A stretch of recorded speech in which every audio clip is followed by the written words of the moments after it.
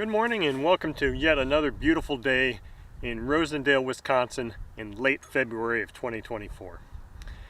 I just can't stand being in the apartment today, so I had to come out here and run an engine or two.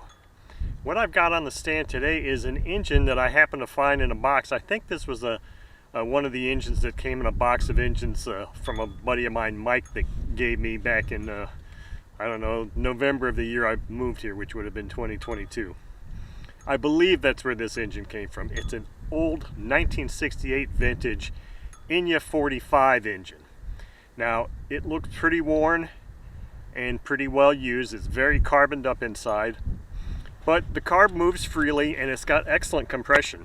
I mean, very good compression. So I'm thinking this is going to be a runner. And that's what we're going to do here. I'm going to give this thing a shot and see if it runs. This is one of those old engines that had the baffle style covering the exhaust port. It does not have the baffle, and I do not have an exhaust, so it's going to be an open port run. Right now I've got some approximately 8 to 10% fuel, nitro fuel in here, an APC 10.6 prop, and what looks like an old Fox a Fox long idle bar plug. Now, I'm not all that familiar with what types of plugs they had in the 60s, but I have a feeling that most of them may have had idle bars back then. I don't know. This plug, I pulled it out and it does glow nicely, so I'm going to attempt to use it. If it doesn't seem to fire up with this plug or run, well, then maybe I'll try another plug. But I haven't played with the high-speed needle much at all, but it does seem like it's, at least the carb is fairly preliminarily set for a run. So let's just fire this thing up and see if it'll run. I mean, it's an Enya engine, so it wouldn't surprise me if it runs perfectly right now. Alright, as usual, let's start and see if it takes a prime. Takes a very good prime. Now this is a scavenged, crossflow scavenged engine. It's not schnurly ported. So it's got the baffle on the top of the piston.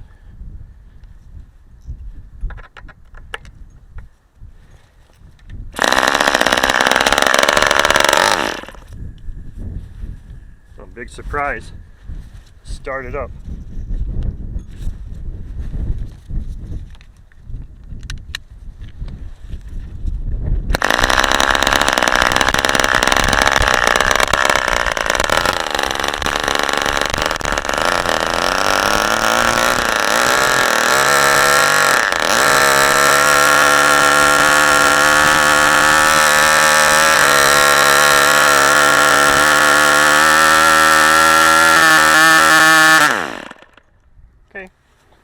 I got a little angry there. I think I found a high-speed setting.